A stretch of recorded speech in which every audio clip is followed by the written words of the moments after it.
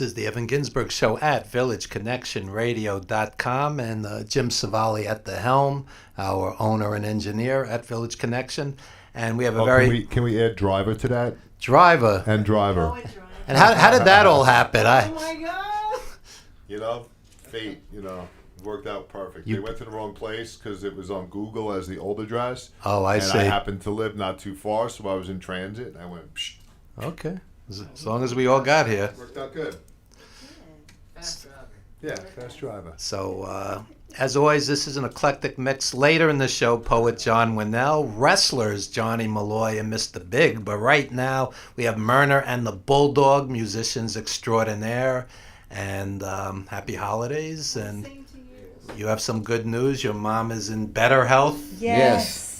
Tell us Yes, about that. better. Tell us about that. Oh my gosh, yeah, that was crazy. My mom had a splenic aortic aneurysm, which is something... I have no idea what that is, but it doesn't sound good. No, it's not. It's like one of those things that you don't hear about unless it happens to you, and it was... Wow. And you can't, it's one, like an aneurysm, you don't know it's happened, you don't know you have it, you don't know Just a that pain. you have that.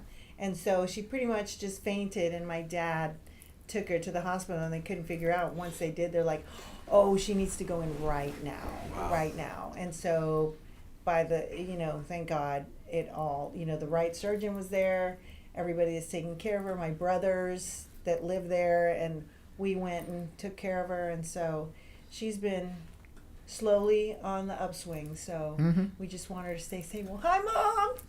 The holidays are tough enough when things are normal, but No kidding. it got a little complicated there. Échale ganas, Mom! That means give it your all. But yeah, she... really crazy thing, talking about drivers that happened. On the way there, we get take a taxi straight from the airport to the hospital, and we get this one guy. He was so sweet, and he was just like... I just started crying because I was just like, oh, I'm here. I need to get there right now. And he was just amazing. He's like, don't cry. It's going to be okay. Wow. Everything's going to be fine. And he goes, I have some holy water. Do you want it? And I'm like, Wow. Are you Can you kidding believe me? that? He had holy water in He his had charms, car. holy water. It was, Yeah, he gave me like a little Charms saint. and holy A water. little saint, and I took it in, and like I was like, took the holy water in. I'm like, what do I do with it? So we just kind of like prayed on her, and but she, at that point, she was not conscious at all. So, but we were talking to her. But just a lot of, isn't that crazy? Just those little things that happen in life, and it's amazing. These little angels undercover. And Yeah. you were our little angel undercover. I'll never forget when my father was dying. I was in the elevator at the hospital, and I must have had a look on my face. A complete stranger said to me, I remember this 40 years later, don't worry, things will get better. Just a stranger, the kindness of strangers. Yep. So, holiday time, family's important, and I'm happy your mom's on the upswing. Thank you. And you two have an interesting backstory. Your press says, I'm assuming it's true, that you fell in love while writing a song. Tell us about this. Do you want to start? I talk a lot, so I always have to. Well, we didn't fall in love when we were starting the song. We had kind of... Okay, she asked me to be in her band. And I'd been fronting this other band for 5 years. I was sick of bands. So I thought I went over and saw how she kept pulling these songs out of the sky. Like, she'd play the song. And I go, you wrote that? She goes, yeah. And they're really good. She's a songwriter, not a song rewriter. Right, if you know what I mean. Right. So anyway, I thought, shoot, yeah, I'll go ahead, join the band, joined it. And one of the cardinal rules of being in a band, you're not really supposed to date within the band. Yeah. It works for some bands. Worked out for ABBA. Yeah. Yes. Fleetwood They Mac. made billions. Yeah, Yeah, right? Fleetwood Mac as well, but We did it anyway. Okay. finally, I asked her out, but she told me no. Yeah, and you'd ask me to go have lunch or stuff, and I was like, no. I was in a weird place anyway at that time. But finally one day he was like, I'm going to be late to, I have yeah. to leave early. And I was Yeah. like, why? What do you have to do? Had an internet date with a lawyer girl. and it just There's like, no chemistry whatsoever. Right. and I was like, Jealous. like all of a sudden I felt something, and I was like, oh, what is this? Wow. And so I said, well, okay, well, don't go fall in love and quit the band. Yeah. And so, So that's what happened. Yeah, I'd called her up, and it was Academy Award oh night. yeah, it was during Oscar night. Oscar and night. You know, I'm an actor too, so I was with my girlfriends, and we had like done mani-pedis and had like, you know, face stuff on us watching, and I get a call from him, and he's like, so I went on my date. I didn't fall in love. I'm writing a song. You want to come over? There you go. There you And go. she came over, and I wrote went a home song. first, and I was watching all the stuff. Wow. And we wrote "Hold Me Close Forever." it's a good song. Argued Beautiful. about it, which kind of Beautiful. And the argument hadn't stopped. on songs. Yeah, it's always. You mentioned your acting. I love Orange is the New Black. I watch it religiously. Tell us about some of your acting. Oh my gosh! I've been acting since I was very little. Started in theater, in second grade, doing little shows and singing on stage. And my mom tells me about one time that the microphone wasn't working, but I belted it out, and so it was like, oh, okay, now we know. Now we know what she is. And so, yeah, so all my life, and I was in Texas doing stuff, and then we recently moved here 5 years ago. I was blessed to get an agent and some representation here. So I've been just going nonstop. It's been amazing. I was on Orange is the New Black. I was Jessica Flaca's Jones. mom. I've got a recurring on Jessica Jones. I'm Dr. Torres. There you go. I can't fix you, but I can say a lot of stuff to you. Wow. Wow. Of what you might have. And Law and Order, SVU, and I've got some other things that I can't talk about right now. I'll go on. So wait, when you were Kind of. checking out my pupils, you're not really a nurse or I'm not anything? really- You just play a nurse? What the What's hell? funny is I talking. feel better now. Yeah.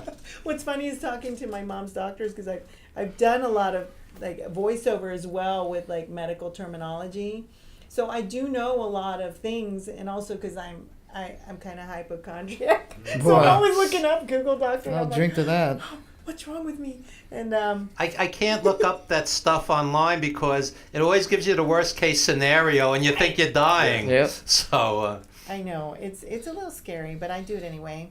And yeah, so it was funny talking to the doctors because I would know what they were talking about on some things, and so it was like, hey, it comes in handy. wow. Interesting. And Bulldog, tell us a little about your background. Kind of grew up born in Texas. Been to a lot of places. Texas has a great music scene. Yeah, Austin, a lot of people. Austin, Yeah, that's where we're from. that's Live music capital. yeah. We were there Well, we were last there. week, yeah, but didn't get to play. I've been playing guitars or instruments forever. It seems like. Played in 1,000 bands. Now it's 1,001.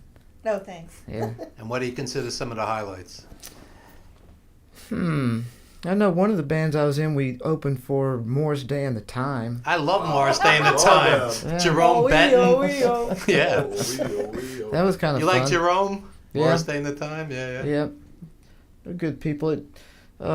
Actually, I think probably the highlight is meeting this. We recorded a CD, mainly of her tunes, in Austin, and her brother calls up and says, "How would you like a Rock and Roll Hall of Famer to play on your CD?"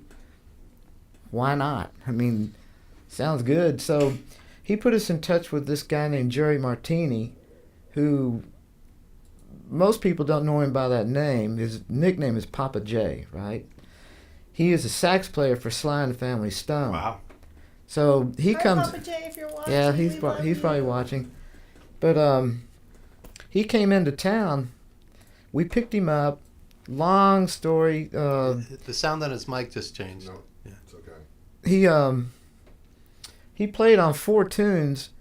When he came into the studio, he's in there just warming up, and the engineer comes down out of the control room and starts taking stuff off the wall. I was going, "What are you doing?" He goes, "This guy's rattling things in here that ordinarily they don't get rattled." So he's a very powerful player, very In person. tasty. Oh yeah, and the person part, me and him got along just like that. That's where he got the nickname, the Yeah, Bulldog. Wow. Yeah, Papa J gave me Hi, my Papa nickname. J. There you go. We love him. We've stayed friends since then. We're like family. Yeah. Sly He's and the adopted Family us. Stone was so ahead of their time. Mm-hmm. Right? I mean, interracial, male and female, rock, funk, R&B, everything mixed together. Everything. I mean, Sly's a genius. Yep, he is a Yes. genius. Yeah. He is. But, So yeah, and he actually he got Sly to start. yeah, Really? The Pretty Family much, Stone. the His way- name is, yeah. the way Wow. Papa J tells the story is that he put the band together, then he runs down to the radio station where Sly is a DJ, and tells him, if you don't front this band, it's going to be a huge mistake. You know, he put a little more colorful language, but Well, Censor. you can curse. This is internet radio. Yeah, It's well. okay. But my mom might be listening. That's right. That's right. hi, Mom. You know, it's interesting. I grew up on Richard Pryor, Lenny Bruce, etc. Mm-hmm. If I curse once a year, it's a lot. Because that one time you curse, it's like a 20 megaton bomb. People Right. are like, wow, he's really serious. He's really upset. If every second word is a curse, it dilutes it. It doesn't mean anything. I agree. Yeah. Yeah. That's Thoroughly true. agree. Same with songs. Actually, You're that- off camera. You're off camera. That was Lenny Nobody Bruce's- knows who's talking. It's a disembodied That was voice. Lenny Disembodied Bruce's voice. point, what you just said. That was the whole point of Lenny Bruce. Yep.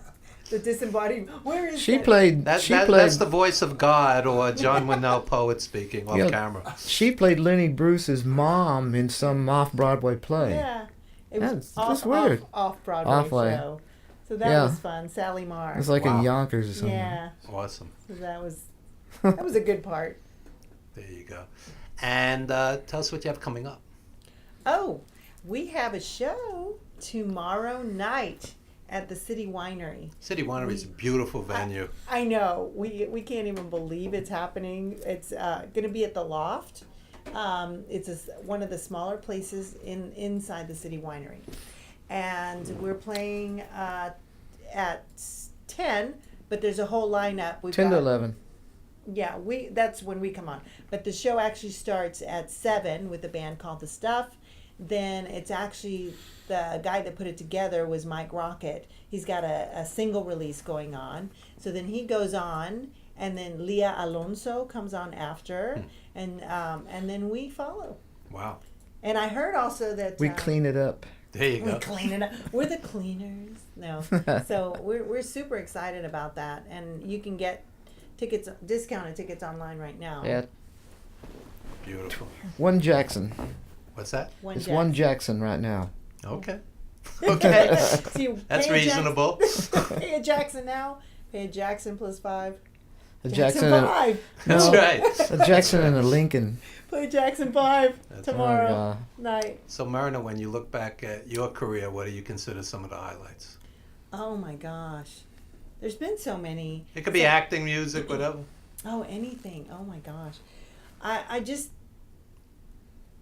I'm trying to think of like the first time that I ever booked a commercial, but that's too long ago. So it just seems like everything that I get, there's always like some kind of just magical thing that happens. And maybe it's because it's my attitude. I go in I just am so grateful and thankful every time I book something that it's amazing to me. Okay, one came to me. Working with Mariska Hargitay Mm-hmm. was incredible. Wow. On the Law and Order, because she directed the episode I was on. And she is a powerful woman. And she was an amazing director. And she was so giving. To her, everybody's a team. So Right. I felt so part of everything. Like I had been, like that was my set, like I go on there every day is how she made me feel. And just her ability to transition from, to be able to talk to another actor and convey what she needs quickly, because immediately she would tell me, okay, so you have a lot of light in you. You give off a lot of light. This character does not. And I was like, I know what you're saying. I know exactly what I need to do to bring this character to life. So that was a huge highlight for me I to know work that- with her. And the first job you booked here in New York was in that Most Violent Year, that movie. That was pretty. Yes, That's pretty exciting. That was exciting. And then working on Orange Is the New Black was exciting for me. Is watching it, and you get to be on it and being Flacca's mom and having her run to me, and we had not met yet, and she runs to me and yells, "Mama!" Right. And I'm like, oh, Yeah. it just, it just made it such a beautiful, beautiful experience. And how does it feel to know that that show and many of these shows will run forever Yeah. in syndication? It's like a little piece of immortality. I mean, It really 100 is. years from now, people will be watching this. Yeah. Seriously. I mean, how does that feel to you? Wonder Right who, now that you put it that way, that's Mhm. it's exciting. who will and get the scary. residuals? 'Cause, I mean, 100 these years? these are quality shows, Yeah, so yeah. these will survive. Yeah, You know. it's nice to know that your work can be preserved that way, and that other people can watch, and that when you feel like you did a good job, on a part, Mhm. like you feel you really gave it your all, it will live on it regardless of what happens to me. I love it, and actually I did catch my episode on the reruns. And it was like, whoa, okay. This is Oh, yeah. There's all these nostalgia channels Yeah. now, Oh, there and they have are. all these shows from the 1950s and 60s and 70s. So that it's no different. 50 years from now, people will be watching Orange Is the New Black I and know. all the shows that you're That's on. true. So it's a little piece of immortality. And it's nice too, that it has the fans, just the fans that love it so much. That's a great show, I remember. is. When and I'm jaded, and it's a great show. Yeah. I was in Barcelona filming a commercial, and I was talking to the makeup people about it, and they were just like, oh, "We love Orange Is the New Black." So that's what's so cool about just how international it is. Oh yeah. How something that you do is being viewed by so many people all over the world. What's the character? Big. What's her name? The I forget her name. The big girl, the lesbian character. Oh my gosh! You're quizzing me. Anyway, Where's Google? anyway, my wife who's Korean bumps into her in Manhattan, and my wife goes, Black orangey. Black orangey. Oh. And like she understood what she was saying, and she gave her an autograph. Oh, I that forget- is- I forget the yeah, character's I know. I name. just went Yeah, blank yeah, yeah. too. I'm gonna remember it like in the middle. I'll be singing. Two minutes after the show's over, we'll both remember. Can we do call-ins Yeah, afterwards? I don't think so. Yeah, no. But, That's good. Answer my question. So, why don't you tell us about the videos? We're going to show some of your videos later in the show. Nope. Which one's that? The drunk? No, you Yes. only call me when you're Oh drunk. my gosh. We shot that one, and I wish we had it. This little camera about this It's a big. Canon Elf. The whole Okay. thing. And I've always loved being behind She's- the camera as well. So I was like, let's just shoot this video. Yeah, so between me and her, we shot it. The only ones that she shot are the. Let's see. Wait a minute. No, the ones that you were in, I shot. Yeah. Obviously. If I'm on camera, he's got the camera. Okay. If someone else is on camera, I've got the camera. So Yeah. it's funny. Wait, did that make So sense? it's too sort of- early. I'm going, wait a minute, I need a Yeah. diagram. So that was pretty cool. She's a great editor. The second one, which one are you gonna do? I'll do that one first. Yeah. Okay. Well, then the one That song's after about that one. him. I'm gonna do the Okay. Christmas one last. Oh yeah. I inspired the "You Only Call Me When You're Drunk," allegedly. Oh no, you did. That's So when we were first going out, and you started that one night. You were calling me. His son was in town, and they were out and about, and he was calling me, giving Oh, me yeah. the updates. And finally, I'm like, okay, yeah, it's 3 a.m. I'm going to sleep now. Bye bye. Okay. Okay. yeah, my son's a ranger. He's a lieutenant in the United States Rangers. Wow. So he's pretty cool. He's There a you tough guy. There you go. The second video was "Wherever You Are," and that particular tune, I came up with the tune, and I had this really cool tune. Nothing came to me as far as lyric content, so I gave it to her. She did a good job on the lyric. Thanks. So we kind of just shot that in our neighborhood. And then the last one is "Everybody's Happy," in parentheses, on Christmas Day. and it's kind of a well, a long time ago, one band that I was in, in Austin, uh, the TV station there, I think Channel 7 or something like that, they wanted all the bands or all the musical talent in Austin to do a Christmas song. And then they were going to just play it all day long, on Christmas Day. So we're sitting there, me and my bandmates, and what are you going to do? Joy to the World? Nah, that didn't, we go through it, didn't work. Finally, it was like, I said, I'll just write a song. Yes. So I sat down and wrote this tune. Wow. We learned it Wednesday night and played it Thursday morning at the crack of dawn on TV. It was, God, I can't believe we did it. But that's not the video. The video we shot in our living room in Austin. It looks kind of like what would you say? It's like vintage. Yeah. It's like I look Bonnie like and Clyde yeah, kinda Bonnie and Clyde. look. Or I set up like 2 iPads and an iPhone. Wow. And then just got it all in one, and the microphone, and so we caught the sound, and then we edited it together. But I wasn't originally singing on it. But I Yeah. said, what if we make it like a little duo? a little duet. And he said, yeah, let's I know. Let's duet. duet. Let's duet. And so we did that. The other song, the Wherever You Double Are, entendre there. was really kind of the first song we co-wrote, right? Because normally I would bring him songs, and he would like figure out. I might put a bridge in or something just to, she would have all this great stuff here, but then you needed to turn it back to the beginning of it. So I'd, put in a guitar riff or something, just to do whatever. But no, she's a hell of a songwriter. Thank you. There you right go. back at you. And Wherever You Are was he just the first time he It's gave good. me the. It's good there's a mutual appreciation as opposed to a competitiveness. And sometimes with couples, one's getting a little more shine than the other, and there's jealousy. And it's good that you guys really love and respect each other. And I like operating in the shadows. Yeah, he does. He kind of does. Hence the shoes. interesting. So it gives me room to. Well, I Yeah. think we're queued up. So Jim, why don't we roll the video?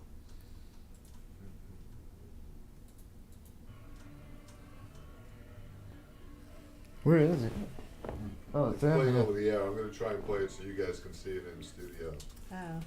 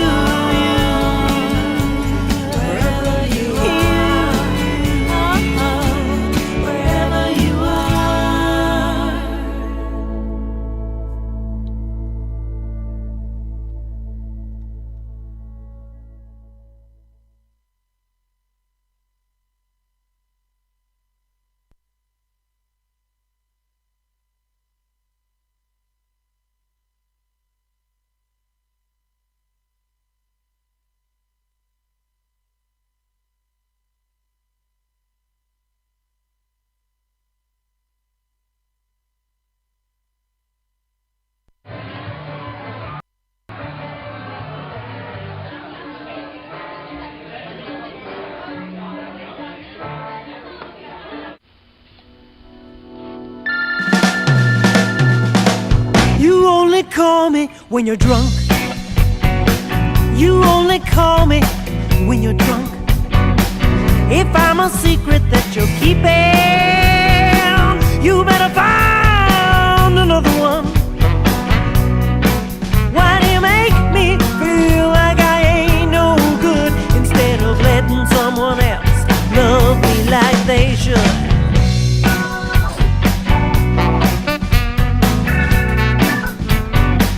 You only love me when you need. You're really tender when you need. I'm tired of being such a bother when you leave my heart out to bleed. Why do you make me feel like I ain't no good instead of letting someone else love me like they should?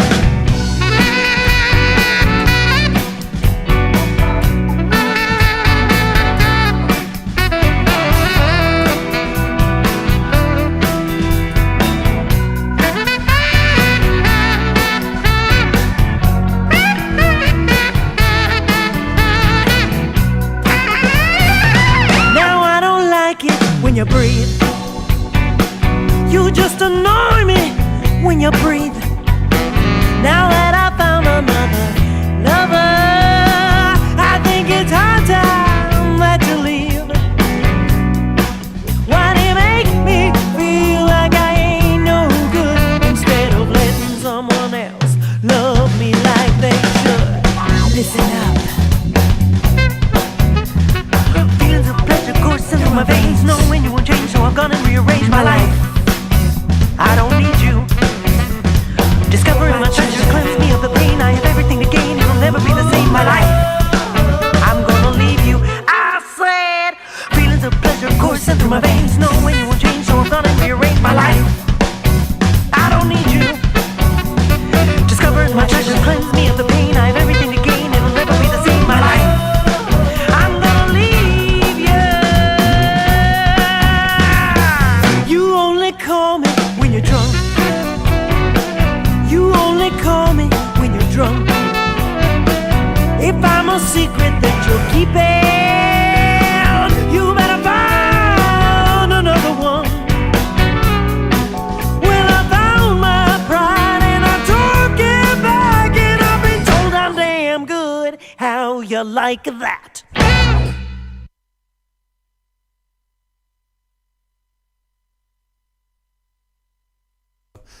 .com, and this is live radio, and we're not even sure if there was some sound issues with those videos, so we played one twice, and I guess when we play the show back we'll find out. But we're back with Myrna and the Bulldog, and we're gonna get a live set from you guys in just a few. So before we do that, please tell us any social media you'd like to plug, or Yes. anything you'd like to plug. Yes, you can find us on Facebook. I have my own account, Myrna Rocks. You can follow me there. And spell that. MyrnaRocks. Of course, we have Myrna and the Bulldog. Yay. And Facebook. Yay! Which our music coaches will be like, that's what you need to plug right now. Oh, yeah. And then we've Those got guys. Instagram as well, Myrna and the Bulldog. And I'm on there too as cabello.myrna.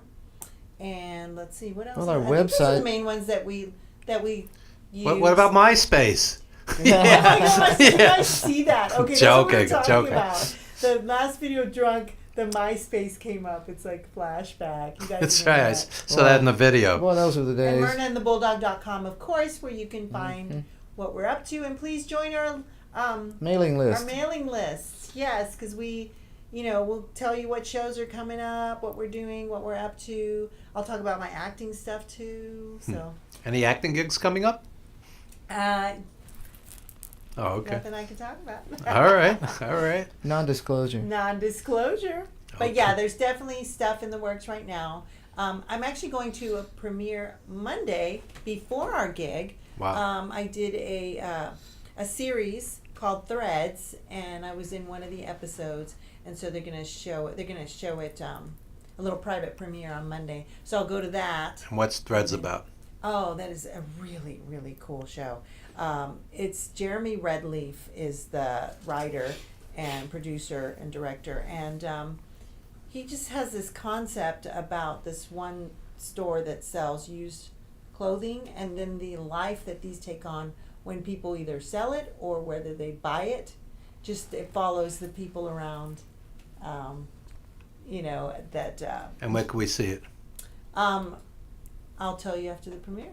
Oh, okay. Okay. Yeah, I'm not sure what life form it's going to take right now, because of course with all you've got Netflix and Amazon and everything going on.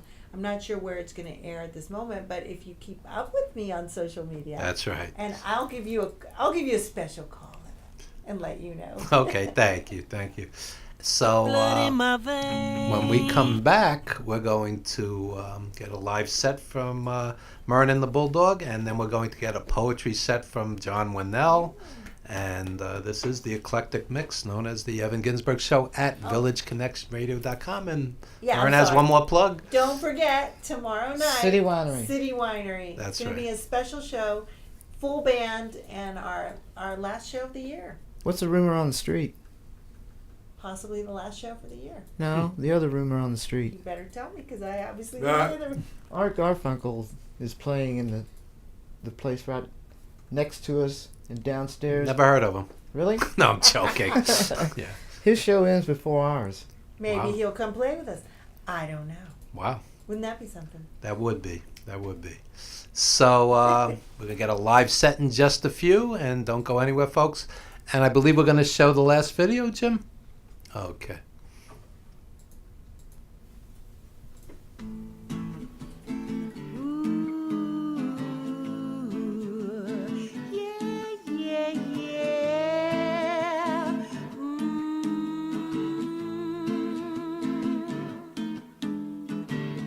Everybody's happy on Christmas Day. Let that Christmas cheer spirit you away. All them pretty presents and those twinkling lights get you ready on Christmas Eve night. Everybody's happy. Everybody's happy. Everybody's happy on Christmas Day. Everybody's happy on Christmas Day. Let that holly jolly chase your cares away. Old Santa's gonna check his list twice. Will you be naughty? Will you be nice? Everybody's happy, yeah. Everybody's happy. Everybody's happy on Christmas Day. Scatterboo-da-doo-da, ooh, ba-da-ba-doo-da-doo-da-dee-doo-da-doo. Ba-da-ba, ba-da-ba, ba-da-ba, A little eggnog and a lot of booze helps old Santa sing those Christmas blues. Everybody's happy, yeah. Everybody's happy. Everybody's happy on Christmas Day. Everybody's happy. Everybody's happy. Everybody's happy. Everybody's happy Everybody's happy. on Christmas Day.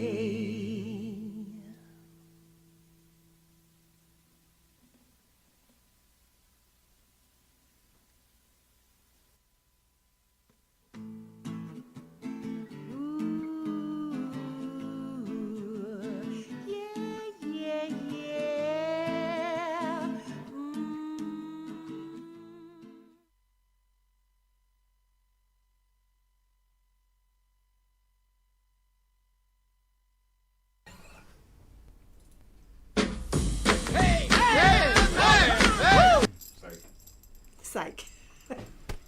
Ready? Go.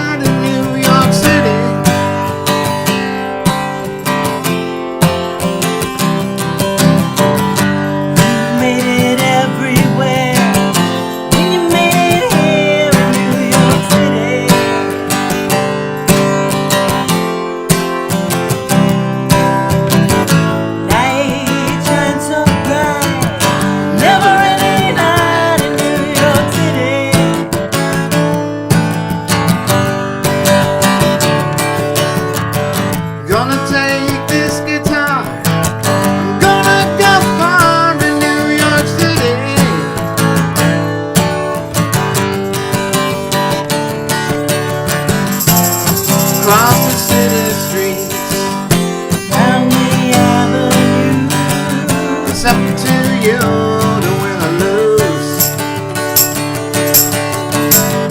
It's a state of mind. It's an attitude.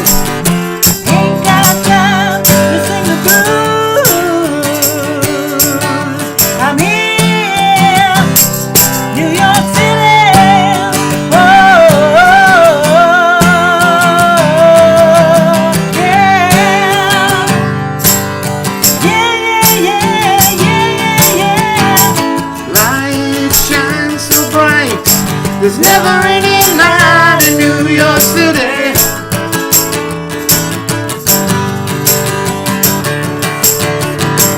If you wanna find me, I will be in New York City.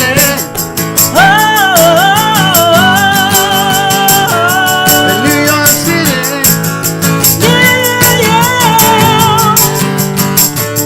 In New York City. Hey, pasa in New York. Hey, pasa in New York. Alright. Thank you. We love applause. Just don't rush the stage. Please stop. The disembodied voice, stay over there. This song's called River.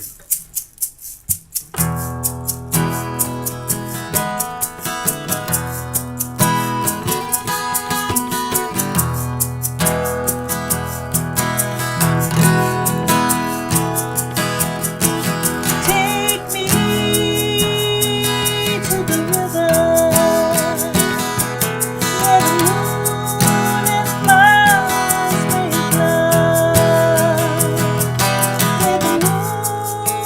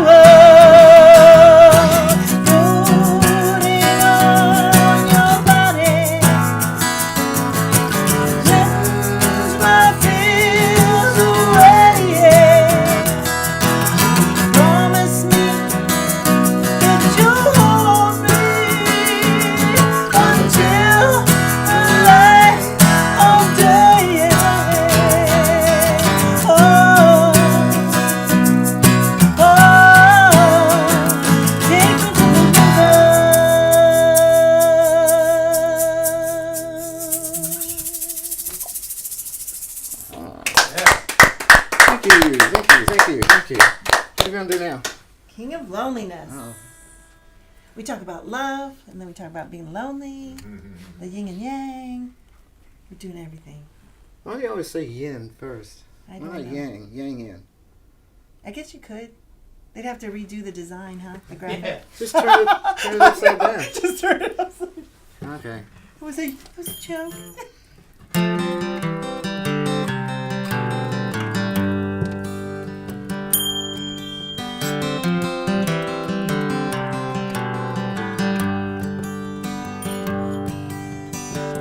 Fragile rain breaks on my window pane,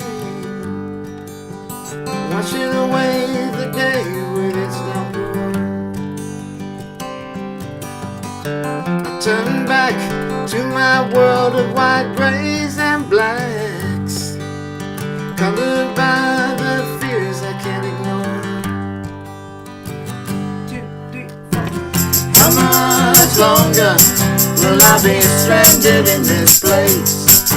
How long will I be there from above? All I found in loneliness that even God can embrace. Will I ever find love?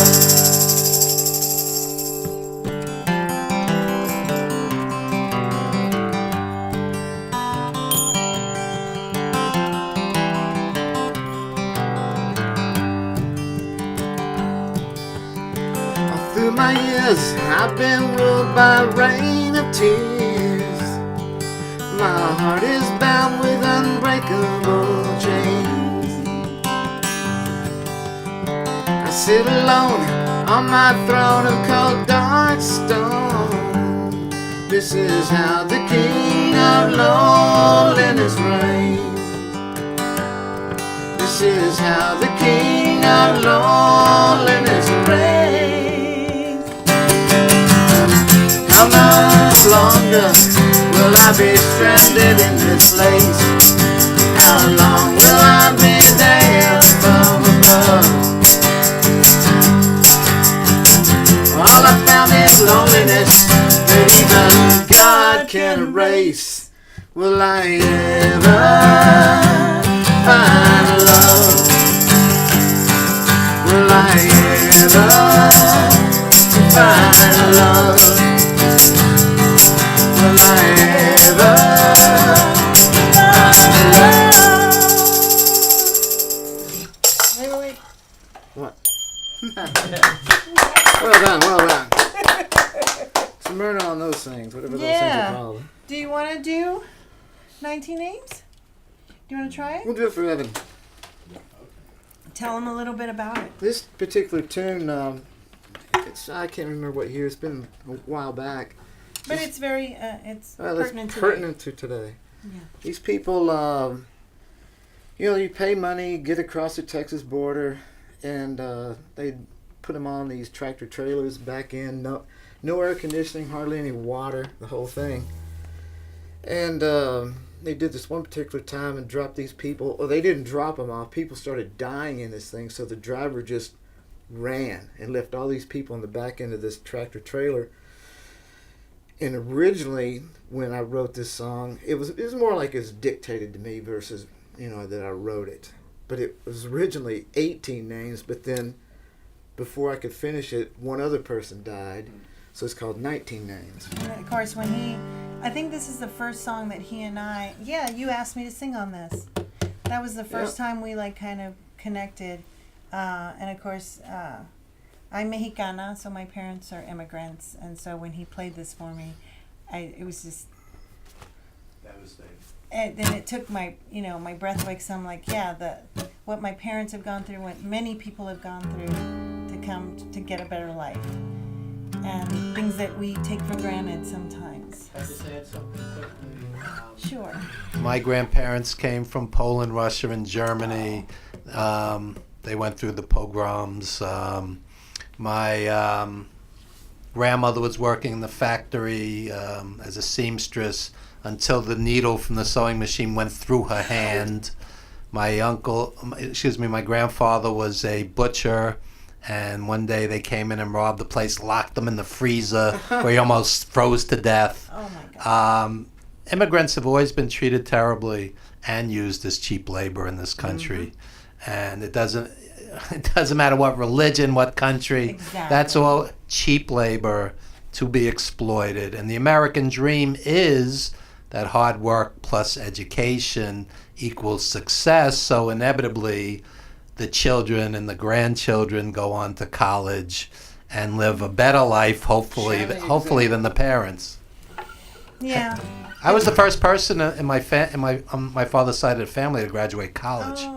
So, Yeah. It's all of us. I think all of us that we forget. It's like we forget compassion. We forget to put ourselves in other people's shoes, and the things that we go through, and that all of us we all have stories, but we need to open up our hearts, and realize the struggles that we all have, and help each other and bring each other up.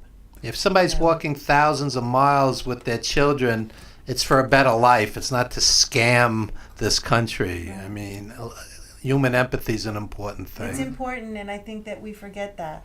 So this is the song he got dictated, and he was really moved by it. So it's pretty moving to me. So. Are you ready?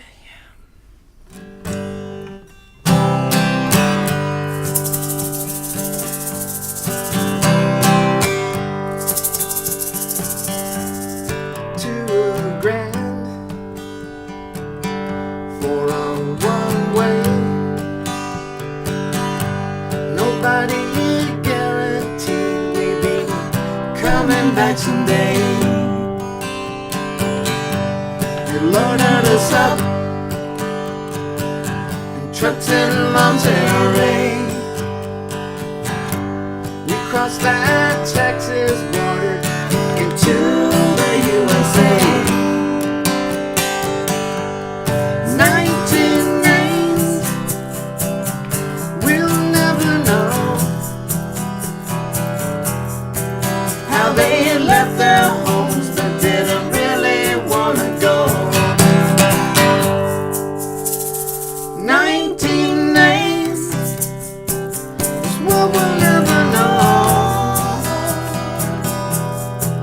Now their friends and families miss them so.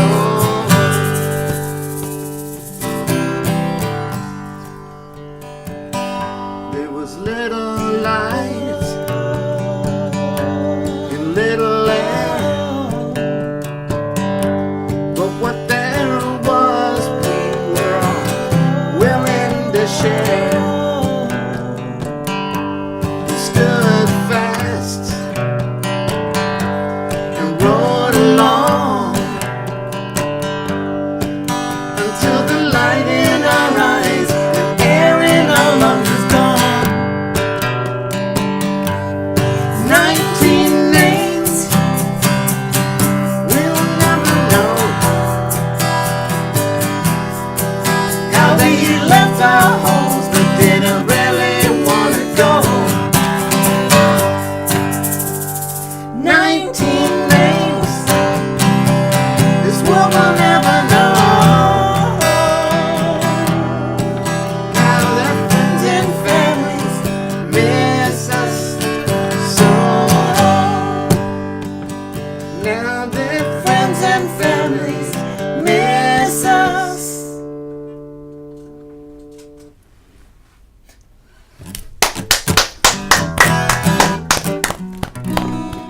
Thank you. Now what? I don't think we can do anything after that. That's okay. That's okay. Mern, have you ever read The House on Mango Street, Sandra Cisneros? What a tremendous book about the immigrant experience in America, Chicago, 1960s. I recommend that to everybody. Yeah, there was actually when I first started acting as a young one. I won't say how, but there was a writer that did kind of a story off of that, and I was in it, Wow, and it was that's a You masterpiece. know Woody Guthrie's Deportees? yes. That's what that song comes. Yeah. Yep. It's yeah. Well, that was a beautiful set, and We want to remind everybody tomorrow night, Monday night, the Loft at City Winery, 10 p.m. set. Myrna and the Bulldog, and you get a lot more of what we're hearing today. So Full band and everybody else that's full gonna be joining band. us. Wow, So awesome, yeah. awesome. Yeah, great players. Tell us about the band real quick. Oh, we have an amazing band here. Audrey Morse plays violin. So can you just imagine that on these songs? Incredible. You don't get a lot of violin in the music these days. That's great. Right, That's right. And then Frank Molina. We can't mention his name. He's wanted in 7 states. Oh, okay. He's Yeah. our drummer. He's Okay. amazing. Yeah, drummers. Yeah. Come on. He's fantastic. And He's then really we've got good. Robbie Frost playing bass. So, and then us 2 characters up there, leading leading the show. So, and then, but yeah, the doors open at 7. They've got the Stuff playing, and then Mike Rocket and his single release, Leah Alonso, and followed by us. So There we you hope go. to see you there. And we need, the music is very healing. That's one Oh, thing yeah. we need right now. So come join us and have a fantastic time. Have a glass of wine. I'll give you a hug. Give us a hug. We the best show I saw all last year was at City Winery. Avery Sunshine, the R&B singer. She is so great, right, John? Great show, yeah. Yeah. So Myrna and the Bulldog, thank you so much for Thank you, appearing. Evan. Village Thanks, Connection you guys. Studios. Thanks Real- for picking us up, Jim. There you go. Let me just say something real quick about Jim. Jim fell today, cracked his head against the toilet bowl, may or may not have a concussion. This is the true show must go What a on. trooper. Who's Jim? That's right. No, really, that's the true show must go on And mentality. then he picked us up. Picked Yeah, up our we- guest, no less. Google told us the wrong address. And then I kind of checked. I'm like, let's check your eyes and stuff. I did my pretend doctor stuff. Yeah, yeah. Wow, I believed her. She's a good actress. wow. Myrna and the Bulldog, thank you so much. Thank you. Thank you. And we'll be back in just a few. We're going to have a live poetry set with John Winnell. Don't you dare go anywhere. The blood in my veins that runs through my heart tells my body that I am living on. So why do I feel you're not around? Like I'm just an empty shell and all my breath is gone. You make me feel alive again. You give meaning to the stars. You light up every part of me.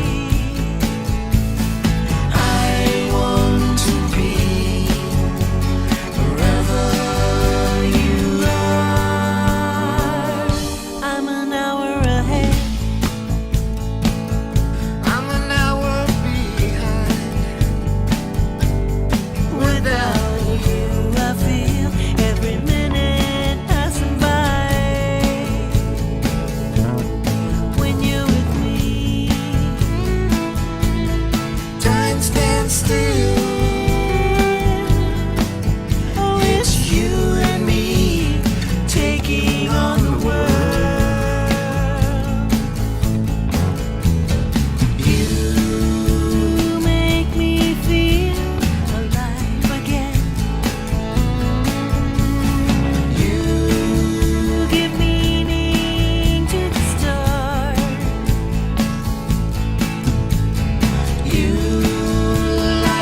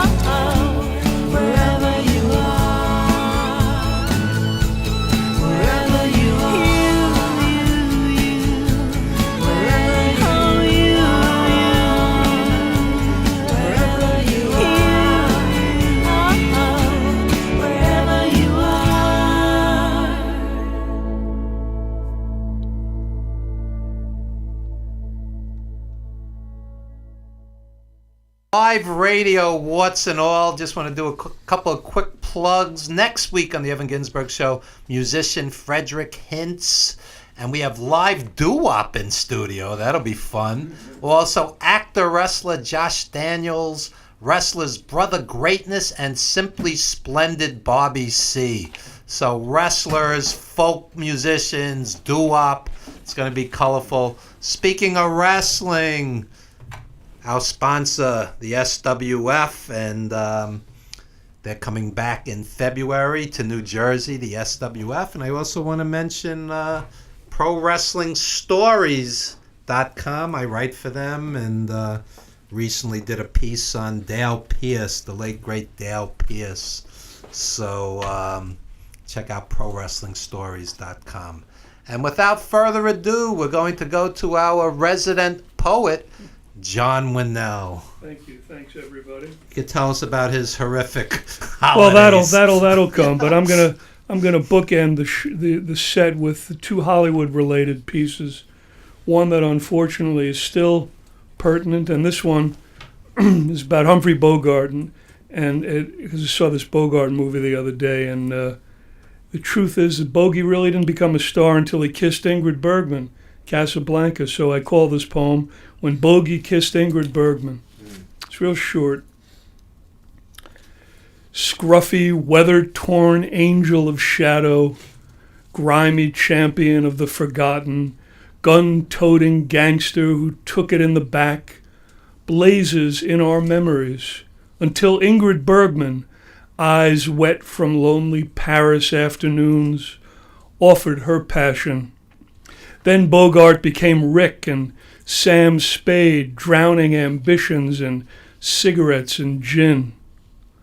A lonely operator who never quite got the girl, yet freed many lost sparrows. This is called Cold in the Afternoon Sun. A familiar wind coughs its way through trees and streets, now that winter is making another entrance. Warm fingers press upon my face and neck. The days are shortened by lack of light, and a familiar breath of sun is soothing.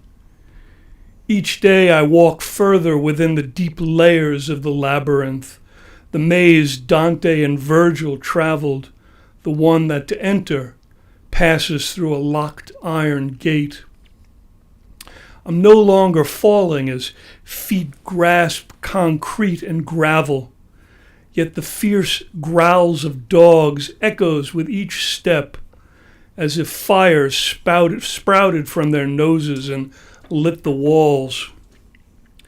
I see your face in every ocean wave, ripple upon a river, as I seek meaning in the tethered wings of a dying butterfly. And this is in honor of that wonderful holiday that we just had, that American holiday, but for me I call it cold turkey, which wasn't so wonderful. Cold turkey, like the song. Translucent blue covers West End Avenue. Coldest Thanksgiving since before the start of the First World War. Winds threaten launching of the free-spirited balloons. Dust and leaves float down unoccupied streets. Impatience waits on the corner. The dirty hand of fate clenches to a fist. The birds are peculiarly silent.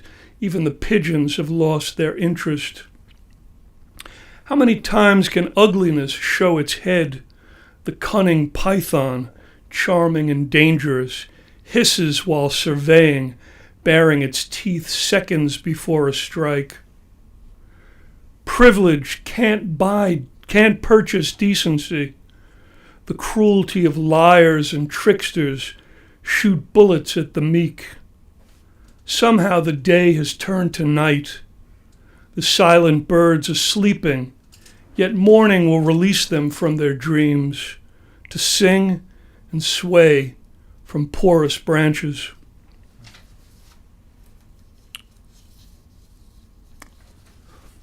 This is called Arc of Light. An arc of light melted over the horizon.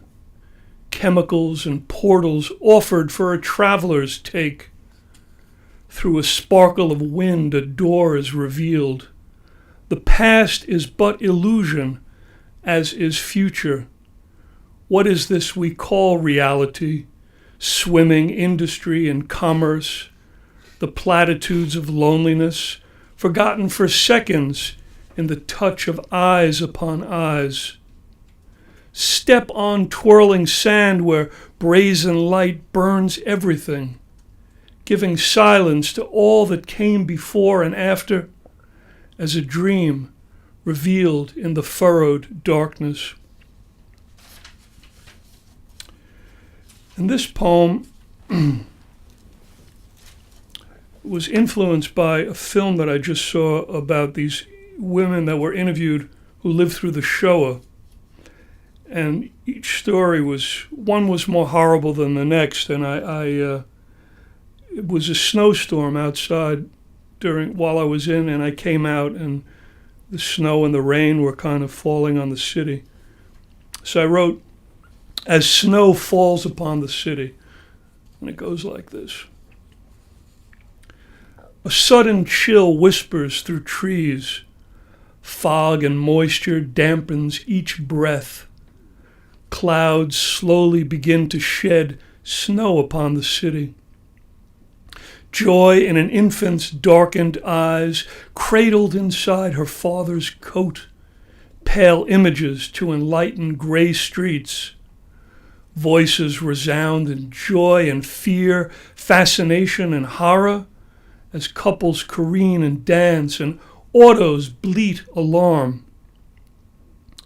Within the warmth of a velvet-trimmed theater, discussions of unforgotten terrors, what war brought out in people, the desperation, murder, suicide, choices that still bleed an ethical dilemma.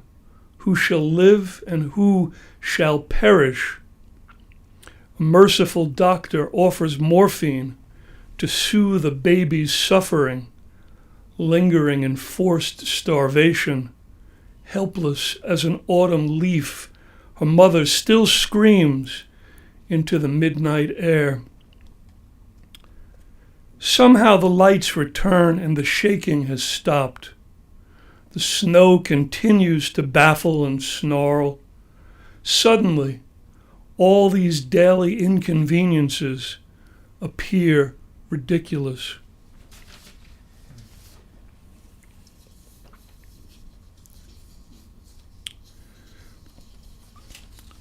It's called Sirens Rage the Streets.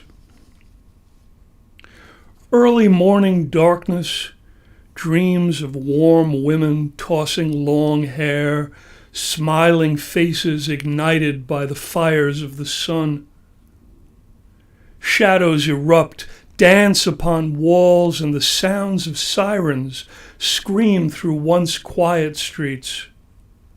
The city changes and dies, arises as a phoenix with a new identity, somewhat familiar, harsher, colder, dressed in foreign clothes that smell from spices. Hold me closer. Sing to me those ancient songs while I dream of tossing your spiced hair in the wind. And this I wrote about just based on these fires out in California. And it's called What We Lost in the Fire.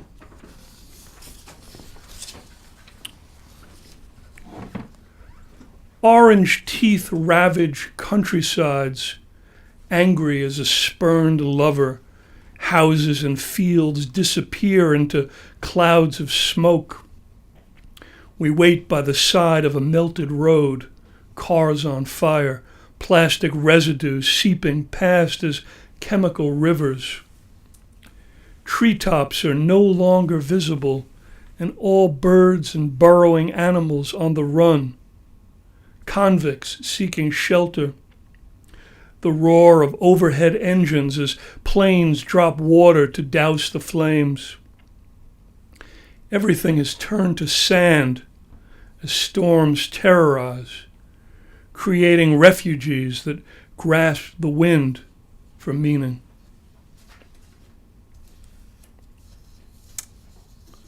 Let's see.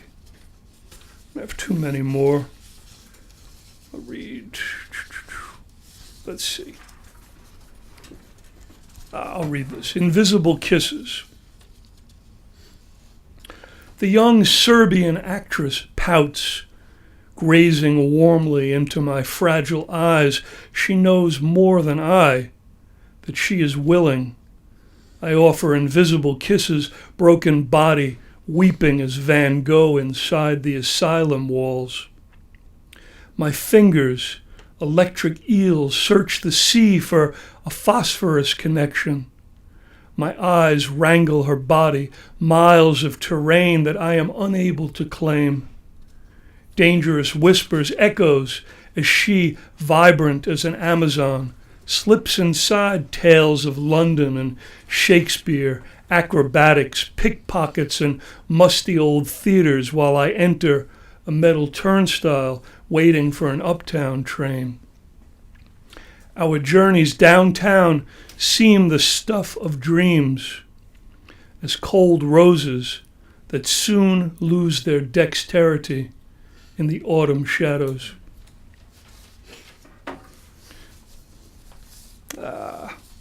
Let's see. I don't remember this one, but I'll read this and then I'll read one from the book. I'll end with the one from the book. It's called The Rose for a Spanish Dancer. Golden hues as sunshine on an amber field, enlighten wooden floor slats surrounded by brick. She enters on a lilt of perfume. A rose is offered while a slightly off-key guitar is strummed. Car horns beat inflections. A bull is led to a dusty ring, and a matador taunts its blood. Such is the gypsy's dance, filled with lust and death, eclipse stories that glide across a stage. We laugh, gasp, cry, lunge, depending on our position in the play, spectator, dancer, rose, or bull. So let the music play, and let the shadows tell us of fate. And unfortunately, this poem seems to not have lost its irony in New York. It's called Hollywood's Haven. I want to thank Evan and Jim and Myrna and the Bulldog and Village Connection. And happy Thanksgiving to all of you still surviving. And Hollywood's Haven.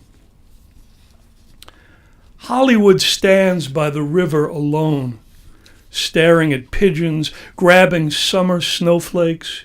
He wants to disappear inside concrete tunnels.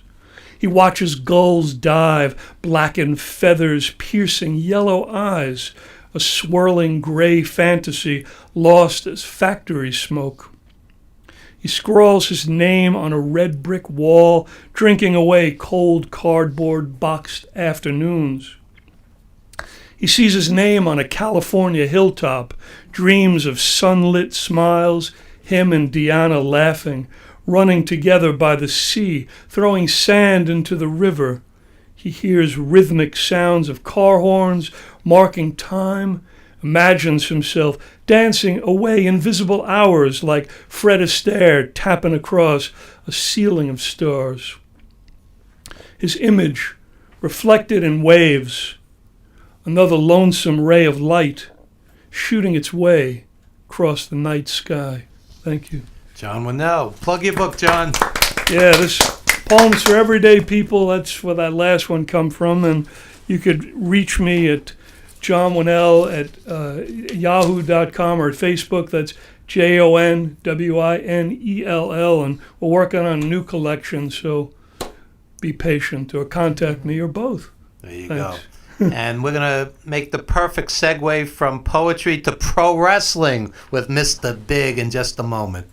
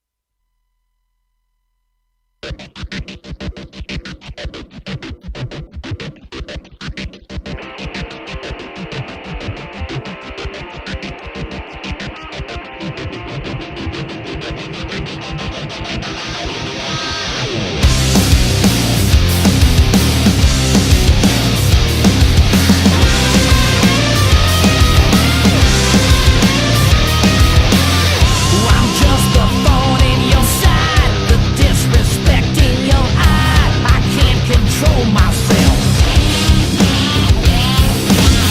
I'm like the snake in your drain. I'm taking over your brain, 'cause I can't help myself. Every time I turn my head, I can hear everything that's said. Why don't they wish I'd go away?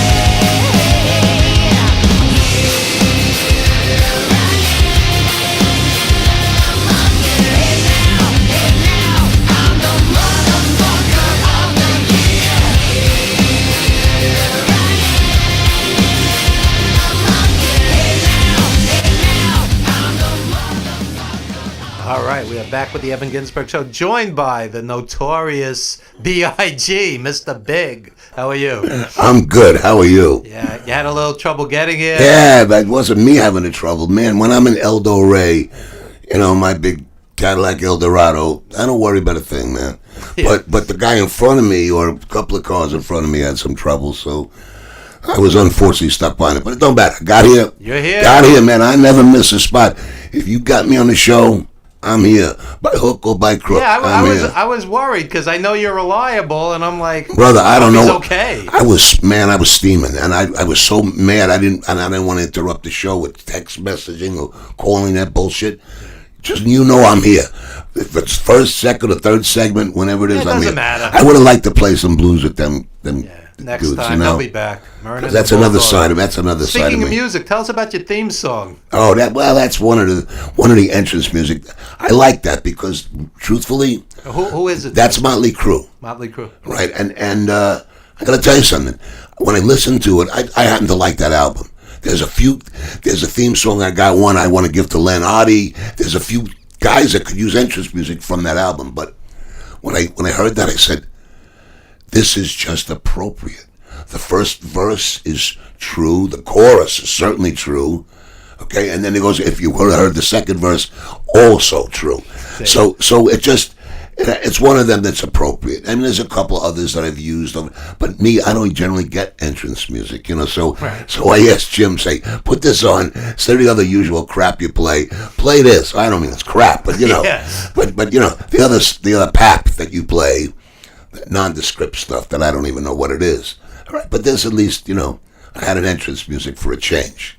And you've become not only a semi-regular on my show, but also Monty and the Pharaoh. Our Love those resident, guys too. They're so our sick. resident wrestling show Thursdays 8:05. So 8:05 p.m. of course. They're learning. By the way, they're learning. You know about wrestling. I mean, who's going to tell you? They're going to tell you shit. But these guys, they seem knowledgeable, and to a certain extent they are, but they're knowledgeable as fans, strictly as fans. They don't have any really inside knowledge I'm sure whatsoever. they'll be thrilled to hear you say this. No, but listen, but that's good because they're not jaded for the most part. They look at it as a fan. They're not looking at let's just like with that gnarled look that we tend to have sometimes. I tell people all the time I have a love-hate relationship with wrestling. First of all, stemming from losing so many friends, it's a brutal business, and I'm sure you could attest to that. The list of friends that I have no friends anymore. Where are they? The few the guys that I work with now are my friends. So many have lost, though.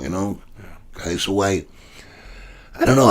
It's a tough funny thing. business. It is People a don't very realize. tough business, and guys are friends, and you may not see a guy for 6 months, and then you'll see him for like every week for a few months, and then you won't see him again for a while.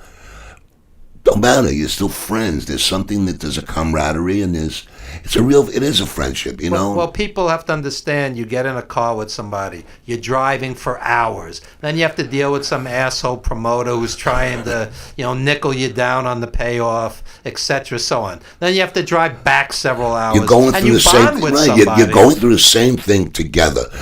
You might even be in a car driving with a guy who's on the top of the card, and he ain't got shit to worry about. And then another guy who's trying to break in, and then there's you who's in the middle.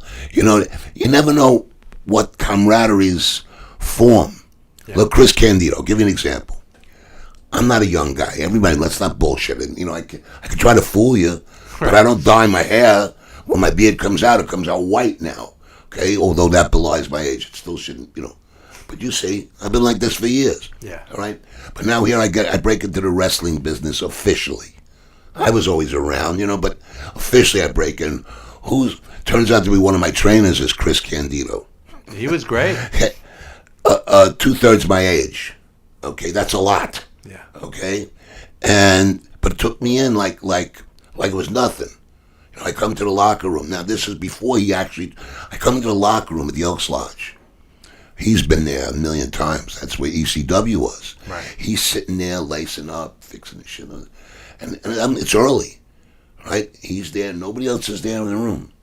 I walk in humbly. You don't know me to be humble, you know, outwardly humble, but I am when you're in a situation like that. That's my first time in a locker room working. You know, I've been in that locker room plenty of times before that. That's how I got into that locker room in the first. But so I come in and I say, quietly, is it okay if I put my stuff here? He goes, yeah, brother, come over here. But just right here. But it's okay. It's where you belong. And that's it. From then on, like that's it. We were together, brothers. He was a very sweet guy. He was almost too nice for this business. That was the problem. Yeah. He was. Listen, he could handle himself. Let's not kid. Oh, let's yeah, not no, kid he each could- other. he could- But that's not the thing. He was just a sweet guy. Yeah, exactly. He just wanted to wrestle. He didn't want the other bullshit politics and the other stuff.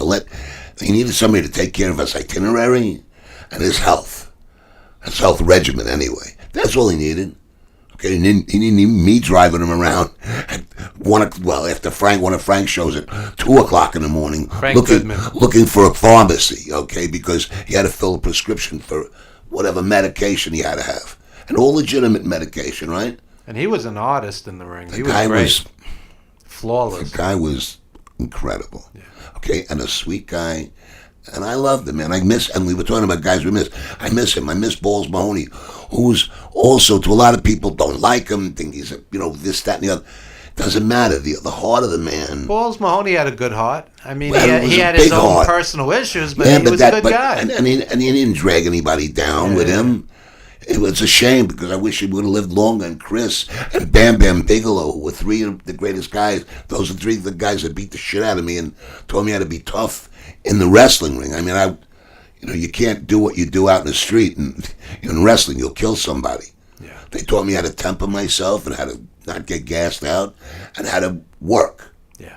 Okay? And then using that, I impart that with my vast knowledge and experience, my knowledge that I'm giving to somebody when I'm a manager is more than the average schlep that gets in there wearing some kind of gold suit or some Yes. kind of bullshit track suit or thinks he's, I can name names of guys.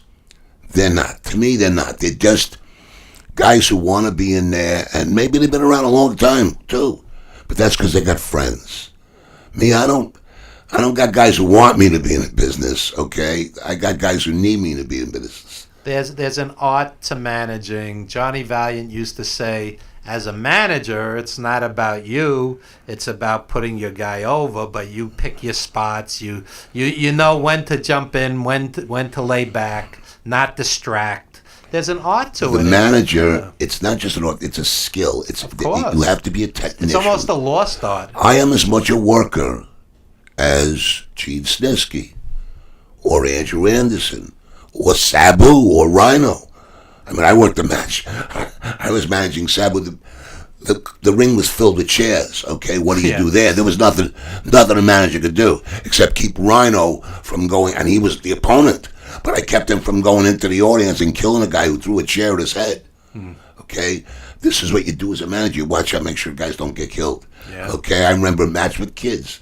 These kids who invented things like the triplex, a powerbomb suplex thing off the top rope, Yeah. which now they use in WWE and in Ring of Honor. And matter of fact, New Evolution Wrestling. I know we're going for a tangent, but there's a method of my madness. New Evolution Wrestling. That was that debut show of Robert Saint, who, to clarify, he is the sole owner. He's the promoter. Yes, he does it under the auspices of, ECPW, but that's political. That's or whatever. That's governmental, however you want it. That's what you have to do. Okay, but he put on a good show. And the crowd legitimately said, "This is awesome." You know that chant you hate to hear. But in an independent show, if you evoke that, not just 3 times because guys want to say it, but I'm talking about countless times over, we'll say a minute. And now that's a lot of time. A minute is a long. This is awesome. It was. Because these young guys didn't overdo it. And they're coming back in February to the Elks Lodge. That's right, back Simply to the Elks Splendid Lodge. Bobby C will be here next week to talk. Yeah, man, I'm telling you, I want to plug that because it's a good show. We're doing a toy drive, which I'll announce some more details about that. We're doing a toy drive to bring in some toys. Robert's got some good ideas, okay, and he's a good guy, genuinely, and the show is a good show. Okay, really is a good show. If you watch some of the videos I posted up on the New Evolution Wrestling Who are you page. managing? Well, I'm bringing in Grim Reaper. He's great. I love. He's Yeah, great. man. Yeah. I love that guy. I was his first manager. Okay, and he loves. I see him. He quells. His cheeks get all rosy. Yeah. Let me tell you something. He's a nasty curmudgeon. For his age, he's a curmudgeon. All right, do you see the way his act? All right, but when he sees me, he lights up like it's Christmas. I saw him a few weeks ago at one of the conventions. At the big event, yeah. It's unfortunate I was sick that day. I was real, and I mean really. It's very rare because I not only missed that, I missed 2 different shows. I didn't know if I wanted to go, to big time wrestling. I worked for them a while back, up in Massachusetts, but they had a show in Hicksville, and then there was another show in New Jersey. I was thinking, I'll go to Jersey after, catch that after. I couldn't make it to the big event, and of the list of friends that I had there, I would have had a ball. Andrew, I would have been helping Andrew Anderson at his table with Sam Houston.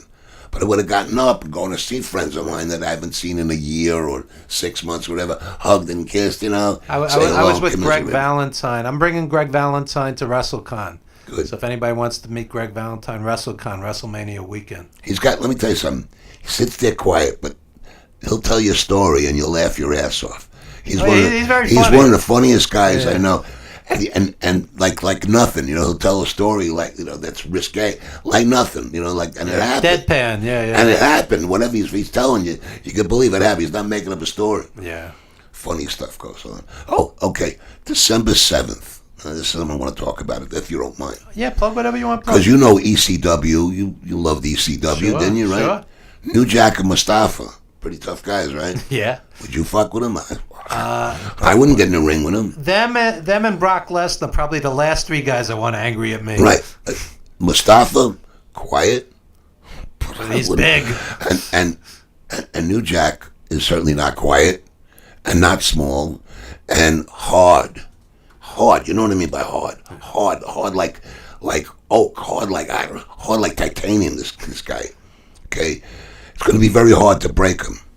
Okay? And Robert Saint and Timothy Theory got to face him on December 7th. Wow. And these are my boys. We won the titles last time at ECPW 5 boroughs. So now we're going back, and I don't know if it's a title defense or not. Gino didn't make that clear. Whether it is or it isn't, it don't matter. My guys are tough. They'll take a beating. Okay? And New Jack, just a little message to you and Mustafa. I respect you guys, but I ain't in there to lose. I'm the manager of champions and the champion of managers for a reason. Doesn't mean I have to have a belt around my waist or belt around my guys. You get the point. Okay? I manage guys who are of the highest quality and caliber. Okay? And that's why we face these guys. Now, it's going to be dangerous for me. I got to keep my ass out of Dodge City, if you know what I mean. I got to keep my fat ass out of the ring. I used to see the gangsters in ECW, and it was wild. I mean, just to be in the middle of that chaos. Bro, let me tell you, I was a little faint of heart watching the matches. Some of the things that New Jack would come out with that shopping cart. Yeah. And I didn't want to know what he had in there. It was like that shop. What was that? Shopper's Spree or that shit? That TV show they had. I don't want to know what his surprises he had in his wagon, but December 7th, whatever he brings, whatever you bring, New Jack, bring it, bro. What's going to happen? And Not going to kill what's me. the venue? It's going to be at the American Legion Hall. I think it's number 1060. I'm not sure. But American Legion Hall on Avenue N in Brooklyn, right near Kings Plaza, 56th Street, I believe. But it's on Avenue N at 56th Street, 54th Street. You'll be able to find it. It's posted on the Mr. Big Pro Wrestling page. I got a lot, by the way, New Evolution Wrestling page, got a lot of great stuff in there, a lot of new videos, pictures, photos. Take a look, check it out, like it, follow it. The Mr. Big Pro Wrestling page. I got a lot of great stuff and a lot of great content. Okay? And it goes back to old shows that we've done. Yeah. Okay? Stuff I did with Monty the Pharaoh. Try to put myself over a little bit. Sure. Listen, it's not really that important that I put myself over for my ego. Because I don't really give a fuck. I have a ball. When I go out and I work, and I do match, and I take like Big Benedetto, he looks like Dumbo with his freaking ears and flopping it, flew in from Puerto Rico, wherever he was, to make the match. And I tripped him. It gave me the biggest pleasure. The ref didn't see it. Okay, and the look on his face when he hit flat on the canvas was priceless. Yeah. Okay, priceless. Okay, I do this because I love to do it. Plain and simple. So here's my question. You manage all these guys. You're out there promoting like crazy. How come these guys aren't out there promoting like They crazy? think it's going to happen. They think, oh, I just showed up, so therefore, look at me. Yeah, okay, so I help. I take a lot of guys, and I show a lot of guys. There's certain guys who I made their page for them and then gave it to them. You know what I mean? Why don't they come on shows like this and Monty and the Pharaoh? Because they don't understand the value. See, I was making a point before about why I do all the shit that I do. Meaning, why do I put all that stuff talking about Mr. Big trademark, Mr. Big. You always hear, why? Because if I don't matter, then anybody I represent don't matter. Yeah. So I want them to be important. So I'm important first. Okay, the reason I'm a manager at champion because I manage guys like King Kong Bundy, Jake Roberts. Okay, these are champions. These are legit great guys, champions. yeah. Working against guys like Tony Atlas. When I say working against, meaning as an opponent of. Okay, Jimmy Snuka. Yeah. Okay, Legends. Spike Dudley, who's a friend of mine. I managed the Musketeer versus Spike Dudley. Managed Mac Daddy Flex versus Al Snow. Okay, I worked with some of the greatest guys in the ring. Balls Mahoney, my friend. My employee, if you will, okay, one of my workers for my 2 shows that I did, my humble shows, okay, but countless matches managing Ken Sweeney versus Balls Mahoney because they just couldn't get it out of their system. They really couldn't, and I took the brunt of a lot of it. And you know how many times Balls challenged me to get in the ring? Son of a bitch, he trained me. He knew what I knew. Okay. So with this wrestling boom period now, everybody and his mother are promoting. How come you're not promoting? I don't need to because, and I will again, but I'm not looking to jump in on this thing. I mean, wrestling's hot again. Yeah, I know, but I'm not looking to jump in on this thing like this. I want to help Robert with New Evolution. Okay, that's important. Okay, I got my place there. Okay, I'm not the owner. I'm not the manager. But I got my place there. There's a reason that he sends me messages 42 times a day. Okay. Tell him to send his guys down here. They're more than welcome. We'll start getting them there. Believe me, there's a lot of these guys who'll be hungry to take up the couch here. You'll have 4 or 5 guys that'll sit there all and talk to you all at once. You know, they're all crazy anyway, as long as they can get their young asses here. But let me tell you, his show, it's all professionals. You don't have kids that are coming in, you go, wait a minute. No, it's all professionals. When you watch it, you go, okay, this guy's been trained. You can guarantee those guys been trained. And that's important because if you ain't been trained, you shouldn't be working. Plain and simple. I trained as a wrestler. Why? So somebody can see my fat ass, my ugly fat ass in the ring fighting somebody else. Maybe a couple of the broads down in Florida might like that. Okay, but because I got some fans. As much of the heels I am, I got fans. Okay, and even some of the cuties up in New York. They'd like to see me fight, but I don't need to do that. I'm there to get my wrestler over. I'm there to get my wrestler famous. I'm there to get my wrestler a win. Okay, and if he's going to lose with class and style and for a gosh darn reason. He ain't losing just because he got pinned. He's going to lose because I fucked up, because I really tried to, help him, and it didn't work. But at least I tried, you know what I mean? I went down in flames. I've taken more than one shot for the team. Believe me, Tito Santana almost broke my freaking jaw. And Taco, I'm not done with you yet, okay? I'm not done with you yet. I'll get you too. But New Jack and Mustafa versus Saint and Theory, that's going to be a barn burner. That's going to be a fucking barn burner, December 7th. Okay, and Frank Goodman's show, the USA Pro Wrestling show, he's got one in February down in Orlando. That's going to be good because Stormy Lee's going to face Rebel, and I hope she don't mind I say it like this, Tanya Brooks. I'm managing Rebel Tanya Brooks, who's Evan, you gotta look at her picture. She's a freaking beauty. She is a beauty. She makes Stormy Lee look like a 4-H contestant. But Stormy Lee's not bad. She could probably win a blue ribbon 4-H club. In the Potbelly Pig, maybe the Potbelly Pig. She'll be so pleased to hear section. this. No, well, listen, she's been disrespectful to me. She pretends, it makes her look like how she's coming out with a walker. She comes out with her paramour, and so, I shouldn't say anything about him. You know what? I won't say anything about him, because I don't have to. Let him look in the mirror. That's all he's got to do. Let him look in the mirror and see what he looks like, and then I don't have to say anything. You know what I mean, Stormy? Okay, her name should be Stubby.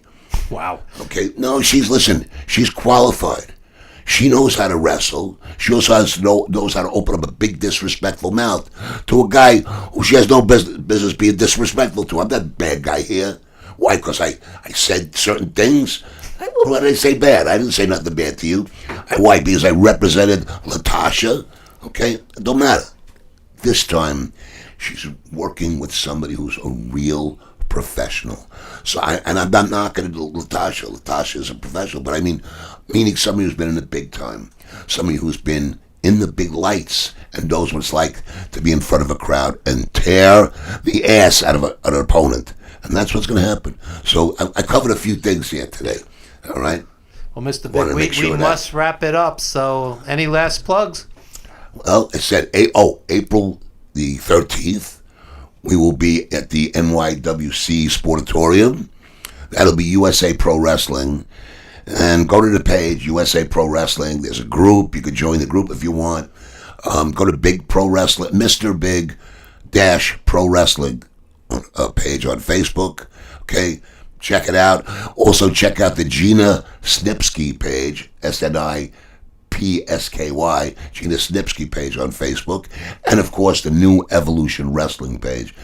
There's entertainment on all of them. There's content on all of them. That's the whole point of it, right? That's right. Otherwise, what are you going to go there for? Just to see me, a few things I wrote? Oh, hi, I had breakfast today. Look at my waffles. Yeah. By the way, I don't put out pictures of fucking food. You're not going to see pictures of snow, because if you open your window and it's snowing, guess what? You see the same fucking thing as I do. Facebook needs more pictures of cats.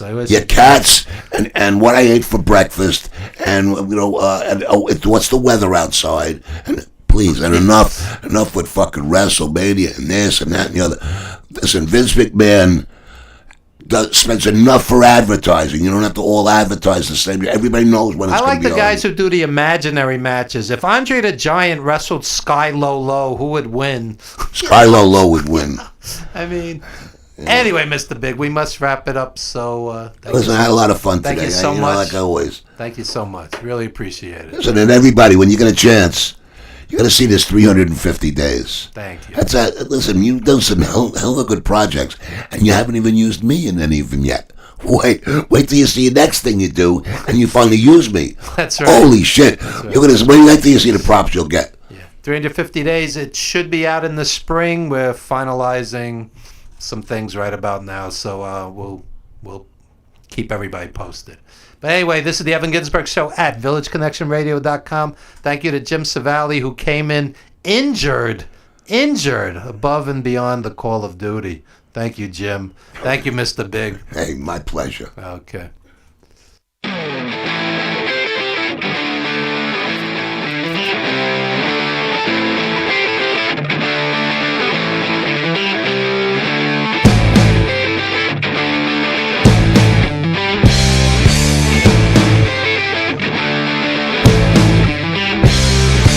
Na na na na na na na na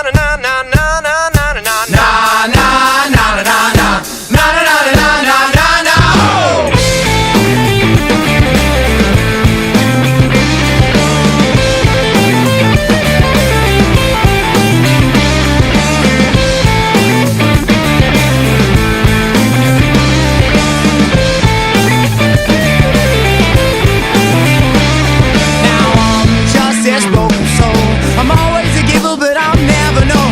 And I'm just this lonely man, alone on the river with my heart in my hand. The conversation, they're all dead. The lines cut off inside my head. I left here like a broken man, with no idea of where I stand. Oh, my mind clears. Oh, I shed all of my tears. Oh, now baby, I was just waiting here while you moved on.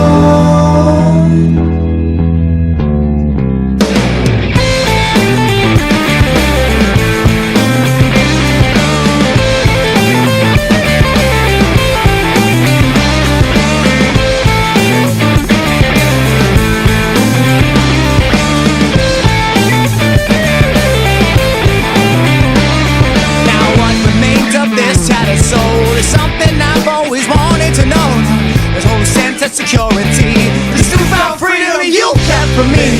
The sound of all your loaded guns. This heartbreak war has just begun. The sound of all your loaded guns. This broken man has already won. Oh, my mind.